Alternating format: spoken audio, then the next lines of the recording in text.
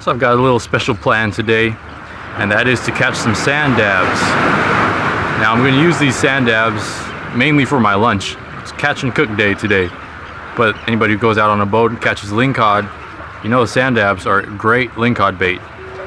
And it seems like, you know, I've been doing some reading about sand dabs, and it seems like why sand dabs and lizardfish, which are easy to catch on any sandy bottom floor, little piece of shrimp or squid, small couple hooks, the reason why that they're such good lingcod bait, so the saying goes, is because they try to eat the lingcod eggs. So when lingcod see them, they attack them and they try to get them away from their bait as fast as possible. So my goal today is to catch 10 or so sand dabs. If I catch 10 or so, I'll use those as bait. Mainly they'll be to eat, but I'll also use them as bait if I catch enough. Some birds are starting to dive around me right now, so I've got a Sabiki rig on, and if I catch some anchovies, then that'll be bait too. Somebody commented on one of my videos that he makes custom Sabikis. He sent me a few of them, and they look amazing. They really look great. They're all hand tied. Here's the close-up of them, but if you're interested in any of these Sabikis that he sells, this is his email address. They look really good. Like, they're super shiny, a lot better quality than anything you can buy in stores.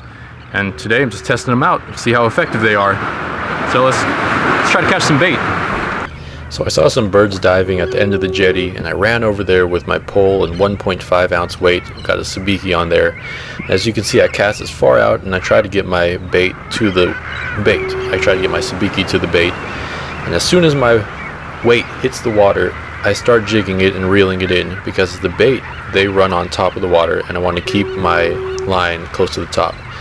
Now I'm just letting it sink nice and slow, and oftentimes fish will bite it as it sinks, and if they don't bite it, they'll gather around and reform in their natural position. At that time you can pull back real fast, and oftentimes the bait will get stuck, they'll get snagged. So if they don't bite on it, you can snag some coming up.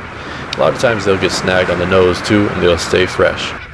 So you can see this one got hooked on its side.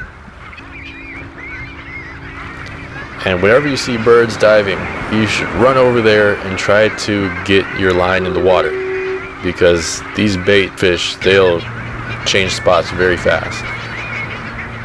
Now I found when I'm casting, it's nice to cast in a straight line as far as you can. Don't do a high arching curve, or you might get a bird snagged in your line, and that's not good for anybody.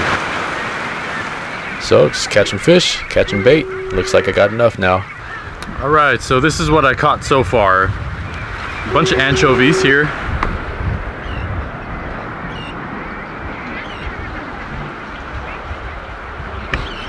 See, a lot of them are still alive, and now I'm going to put them in my tammer, and that's going to keep them alive for longer. So a tammer is basically a mesh bag which allows the water to flow freely through it, keeping your bait fish alive. It's usually used on piers, oftentimes in skiffs and boats too. And just make sure you gotta tie it around a rock or something so the current doesn't pull it away from you. Well, first things first, gotta thank Bill for these Sabiki rigs. They work really well. So I've got about 30 pieces of bait. Hopefully I can get a rockfish, maybe a lingcod if I'm lucky. And I'm getting hungry, so hopefully I can have some lunch, cook some lunch out here.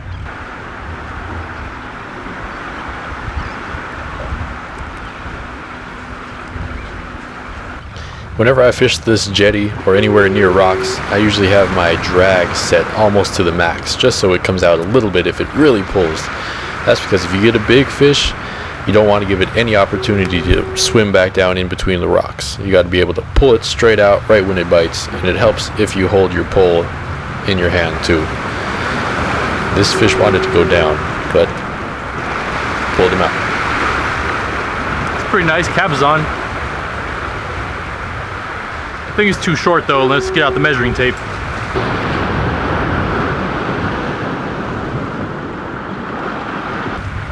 It's another 1.5 inches and he would have been good. Nice fish.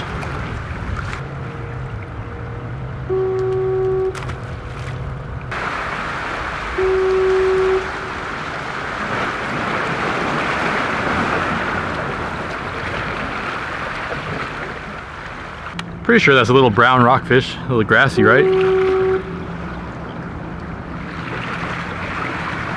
put them in the cooler.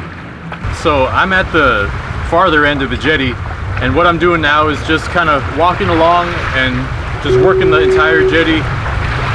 If I see any holes, I'm stopping, rebaiting, and casting out. I got that one fish. I think that's good enough for lunch. I can eat that with the leftover anchovies I have.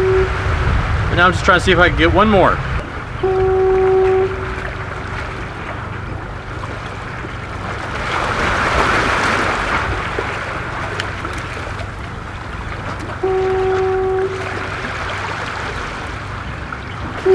I'm not sure if that's a blue or a black.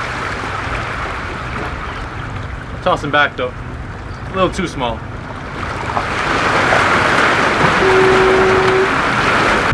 So I killed the rockfish, and I don't know if you remember, but in my other video I had a perch cleaning video and I demonstrated how to clean the perch.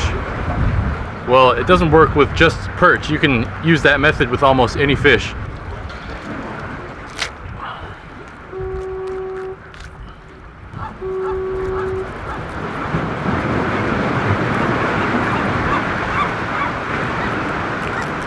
Take the spine out.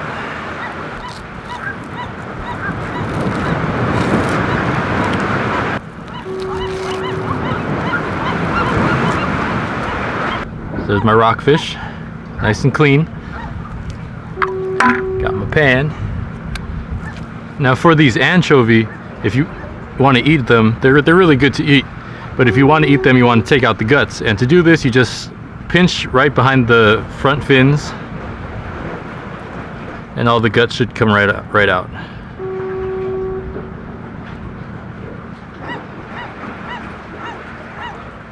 I brought some shrimp as bait too. Got a little bag full, so I'm just gonna toss that on also. What I'm gonna cook them in is a little bit of butter.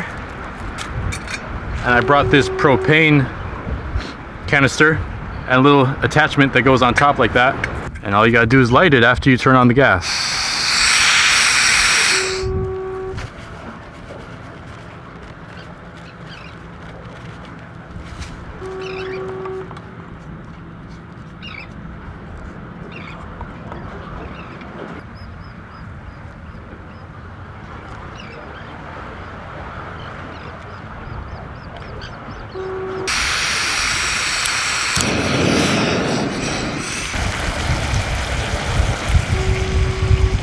One little trick if you do want to eat mackerel or these little bait fish like sardines and anchovies, after you pull the guts out like that,